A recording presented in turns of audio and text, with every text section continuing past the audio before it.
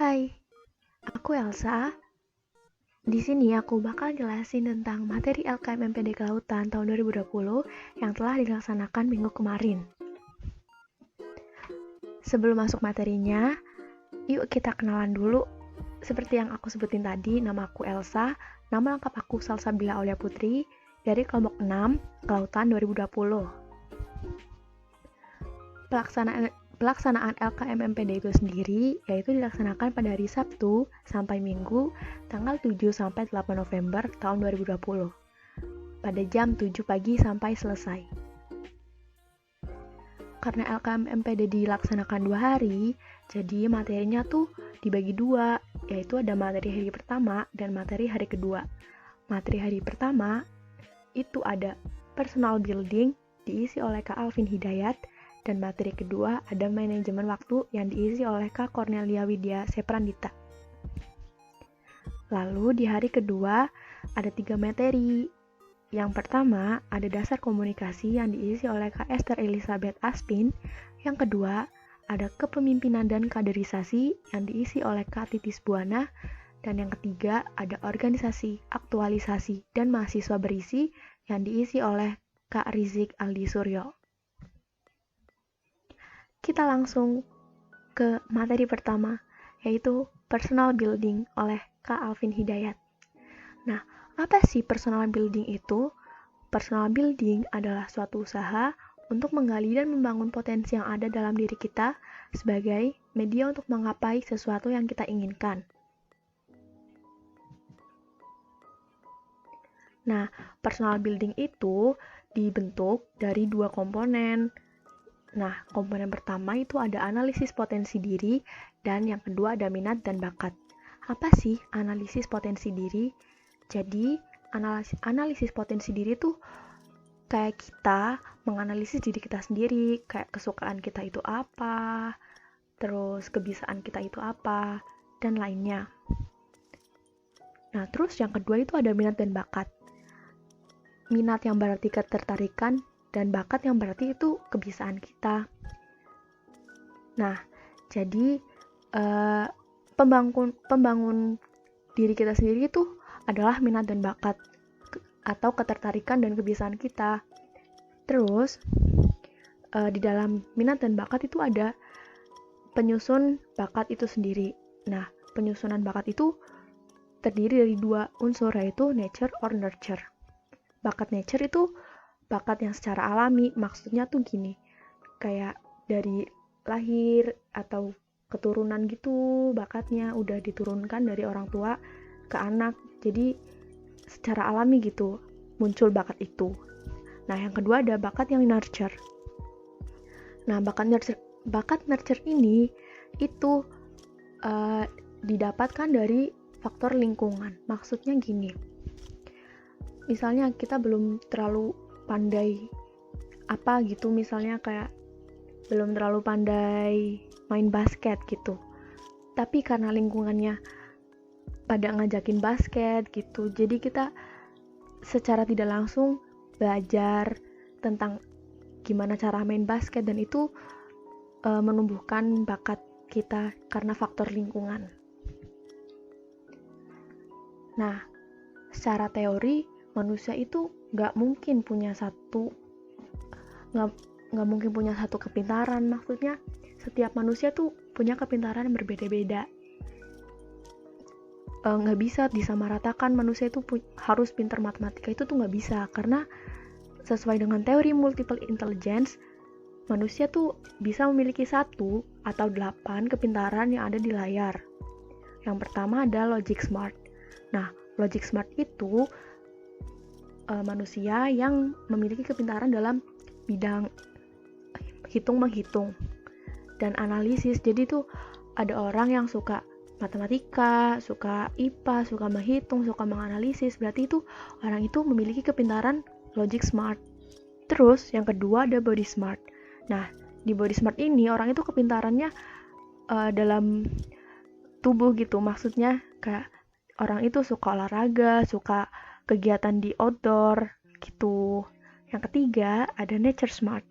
Orang ini pintarnya dalam apa ya namanya, dalam alam gitu. Maksudnya dia tuh pecinta alam, suka explore alam kayak gitu. Itu nature smart. Terus yang keempat ada people smart.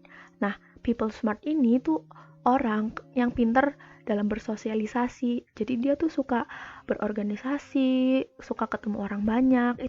Orang itu berarti pinter dalam bersosialisasi. Yang kelima ada self smart. Nah, self smart ini tuh pinter diri sendiri gitu. Maksudnya tuh dia kayak nggak suka keramaian, lebih suka menyendiri, tapi bukan berarti ansos ya, tapi dia tuh pandai mengatur diri sendiri gitu. Terus keenam ada music smart. Nah, orang yang punya music smart ini itu dicirikan dia itu suka musik, terus suka menganalisis musik, langsung ngerti gitu loh kalau misalnya ada orang yang nyanyi terus salah nada, dia tuh langsung ngerti. Terus yang ketujuh ada word smart. Nah, orang ini pandai dalam mengolah kata-kata. Biasanya tuh orang yang pandai mengolah kata-kata tuh suka bikin pantun, bikin sajak, atau bikin lainnya gitu. Yang terakhir ada picture smart. Nah, orang yang pinter dalam picture smart itu kayak suka memotret, terus nggak suka baca buku, kayak ya suka baca buku sih, cuma lebih suka yang bergambar-gambar gitu loh, terus nggak sulit gitu buat baca peta dan lainnya. Nah, lanjut ke materi yang kedua, yaitu manajemen waktu oleh Kak Cornell. Di dalam manajemen waktu itu ada yang namanya study life balance, yang berarti mahasiswa harus menyeimbangkan antara kehidupan dan pendidikan. Kelebihan. Nah, di dalam manajemen waktu tuh memiliki prinsip gitu loh. Nah, prinsip manajemen waktu itu ada 5, yaitu sediakanlah waktu untuk membuat skala prioritas, 2. Menyusun jadwal, 3. Bersikap tegas dan asertif, 4. Memiliki prinsip persistensi, 5. Mengefisiensikan waktu yang dimiliki. Nah, tadi kan di prinsip manajemen waktu tuh disinggung sama skala prioritas. Nah, apa sih itu skala prioritas? Itu skala prioritas itu kayak susunan urutan jadwal gitu dari yang penting sampai tidak penting sesuai dengan kebutuhan kita masing-masing. Nah, skala prioritas itu ada 4. Yang pertama, ada penting dan mendesak. Contohnya tuh tugas yang deadline-nya dekat gitu dan harus dikerjain cepet-cepet biar nggak keteteran gitu kitanya. Yang kedua, ada penting dan tidak mendesak. Contohnya tuh mengembangkan soft skill. Yang ketiga, tidak penting dan mendesak. Contohnya tuh nongkrong bareng temen. Ya kali kita masa nggak sosialisasi. Kita juga penting dong, selain pelajaran kita harus penting bersosialisasi biar nggak nolep-nolep banget lah. Terus yang terakhir ada tidak penting dan tidak mendesak. Nah, poin keempat ini dilaksanakan kalau misalnya poin ketiga tuh udah dilaksanain semua, baru poin 4 baru bisa dilaksanakan. Lalu kenapa kita harus membuat dan memanajemen waktu? Itu banyak loh manfaatnya. Selain dapat membantu dalam bekerja, manajemen waktu tuh menjauhkan kita dari depresi dan stres. Soalnya kan tadi yang deadline kayak gitu dibuat skala prioritas, jadi punya porsinya masing-masing gitu loh waktunya, jadi kita nggak keteteran gitu. Terus ada membantu individu dan organisasi lebih maju dan menjadi lebih produktif. Nah, dalam layar nih ada akibat menyepelekan waktu. Banyak sih harusnya akibatnya, tapi yang dijelaskan oleh Kak Cornell itu cuma 4, yaitu tugas yang menumpuk, kewajiban tidak terpenuhi, 24 jam terasa kurang, dan kesehatan menurun. Ya itu semua pasti sih kalau misalnya kita menyepelekan waktu. Nah, gimana sih strategi dalam memanajemenkan waktu? Nah, strateginya tuh ada 3. Yang pertama, komitmen dan konsisten dalam manajemen waktu. Yang kedua, urutkan kegiatan sesuai skala prioritas. Yang ketiga, memiliki sifat proaktif. Nah, pasti dalam memanajemen waktu tuh punya hambatan ya. Nggak mungkin berjalan dengan lancar-lancar aja, pasti ada hambatan. Nah, di dalam setiap hambatan tuh pasti ada solusi juga. Apa sih hambatan sama solusi dalam memanajemen waktu? Nah, hambatannya tuh ada deadliners, skala prioritas tidak sesuai, tuntutan organisasi, rasa malas, rekan kerja tidak sesuai, dan gadget. Nah, solusinya kita harus buat to-do list, mengerti waktu, bijak dalam menggunakan gadget, berkomunikasi dengan baik, dan tanamkan sifat proaktif. Nah, di akhir penjelasan dari Kak Konal tuh dikasih tips sama triks loh buat memanajemen waktu. Apa aja sih tips and tricksnya? Jadi yang pertama tuh know your limit. Jadi kita harus ngerti gitu loh batasan kita tuh apa gitu. Terus yang kedua, berani bilang tidak. Nah, misalnya kalau kita tuh ada tugas yang mendadak tapi kita diajak sama teman buat nongki, kita bilang aja enggak, ada tugas nih kayak gitu. Jadi itu yang dinamakan sifat asertif ya, berani bilang tidak gitu. Terus yang ketiga ada control mood. Yang keempat, meminta tolong itu hal yang normal. Terus yang terakhir ada tanggung jawab. Lanjut ke materi yang ketiga. Materi ketiga yaitu dasar komunikasi yang diisi oleh Kak Esther. Nah, dasar komunikasi itu tuh ada 5 ya. Di sini ada communication science in a nutshell, communication myth, what it takes to understand it, what it takes to be able to do it, and know what. Nah, communication science in a nutshell itu kayak dijelasin gitu loh, kayak komunikasi oleh ahli-ahli kayak gini. Nah, yang pertama tuh ada Paul Watzlawick. Jadi itu menurut Paul itu komunikasi itu bisa tercipta tanpa disadari, baik verbal maupun non-verbal, menggunakan gestur dan ekspresi. Terus yang kedua oleh Harold Laswell. Komunikasi itu memiliki 5 elemen utama, yaitu apa, siapa, media, target, dan efek dari komunikasi itu sendiri. Nah, yang ketiga ada Lawrence C. Reagan. Komunikasi itu tercipta pada waktu dan tempat yang tepat. Waktu dan tempat yang tepat, ya. Nah, habis itu yang kedua ada communication myth. Jadi ini kayak mitos-mitos komunikasi gitu. Nah, mitos yang pertama tuh intellectual capability. Jadi kemampuan intelektual itu nggak menjamin kita bisa berkomunikasi gitu loh. Jadi itu mitos yang pertama. Nah, terus mitos yang kedua, the message sent is the message received. Jadi kemampuan seseorang buat mengirim dan menerima pesan atau informasi itu tuh berbeda-beda, jadi nggak bisa disamain gitu loh. Yang ketiga, more communication is better. Ini seharusnya tuh kita lebih bijaksana buat mengeluarkan informasi biar nggak berdampak buruk sama sekitarnya. Terus ini tuh harusnya itu kayak gitu kan, kayak kalau misalnya nggak punya informasi yang benar tuh lebih baik kita diam daripada kita ngomong tapi salah informasinya, malah yang ada kita menebar hoax kayak gitu. Terus lanjut yang keempat ada some people aren't born to be great communicator. Jadi nggak semua orang tuh dilahirkan maksudnya nggak semua orang dilahirkan buat pinter ngomong gitu loh. Biasa aja orang yang dilahirkan tuh pinter dalam bidang lain, tapi dalam berkomunikasi tuh agak susah gitu. Terus yang terakhir ada speaking talent is important for effective communication. Ya, itu yang terakhir. Lalu poin ketiga ada what it text to understand it. Nah, dalam dasar komunikasi tuh ada basic elemen komunikasi gitu loh.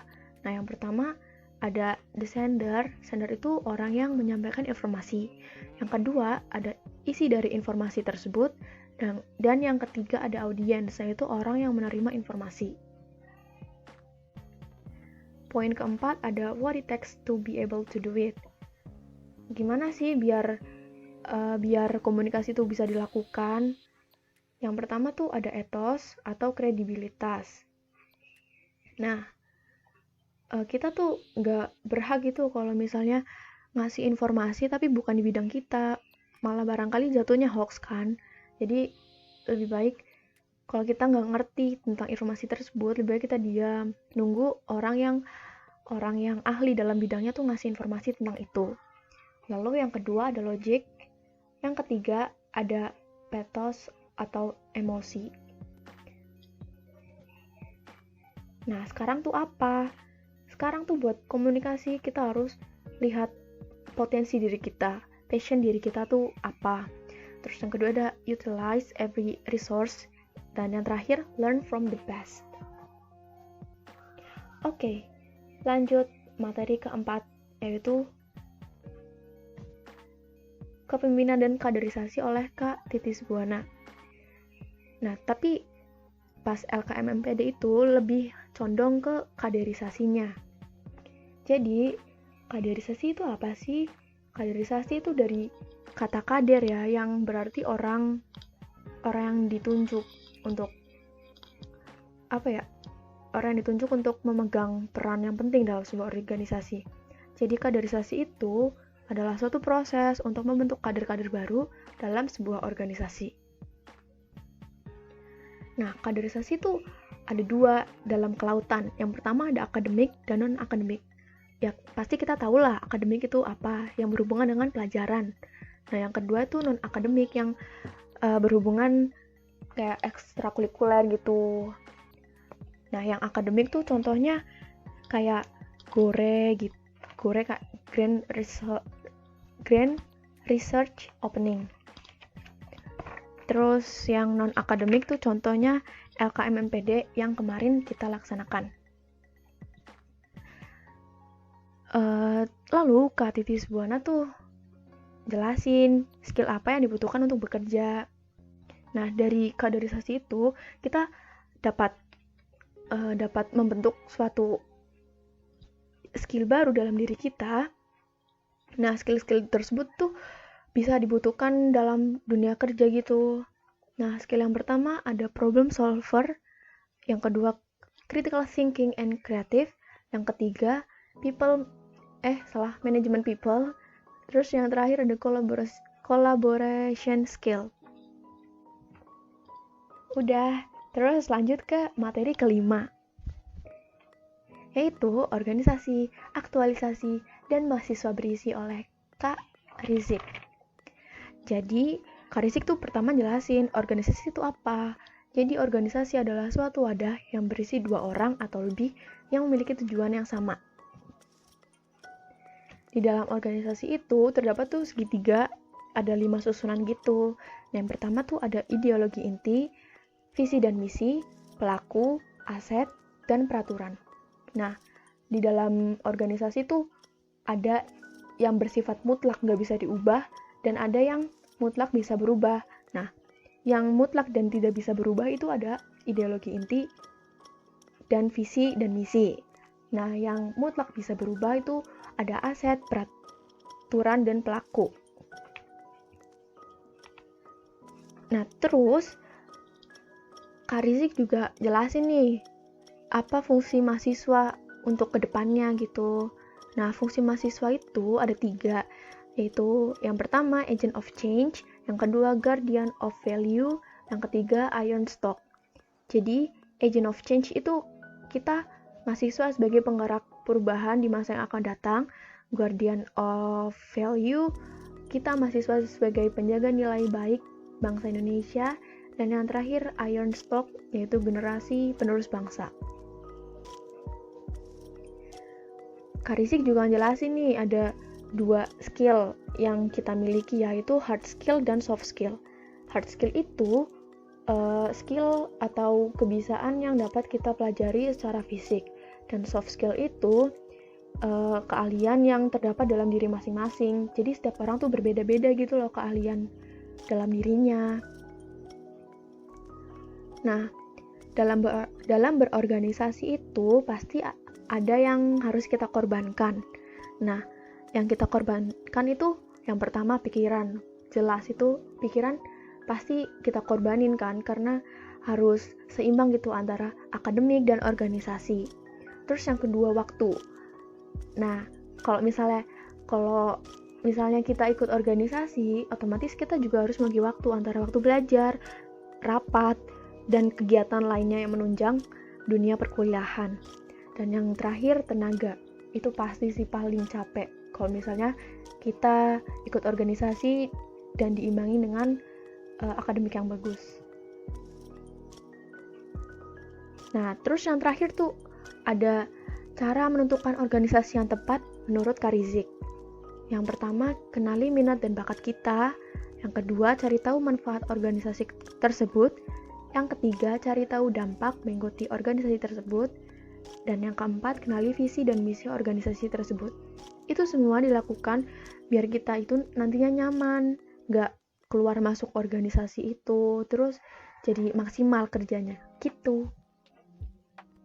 Selesai sudah penjelasan materi LKM-MPD Kelautan 2020 yang dijelasin oleh aku, yaitu Elsa. Saran atau kritik bolehlah diketik di komen di bawah. Ya, udah gitu aja. Terima kasih udah mendengarkan. See ya.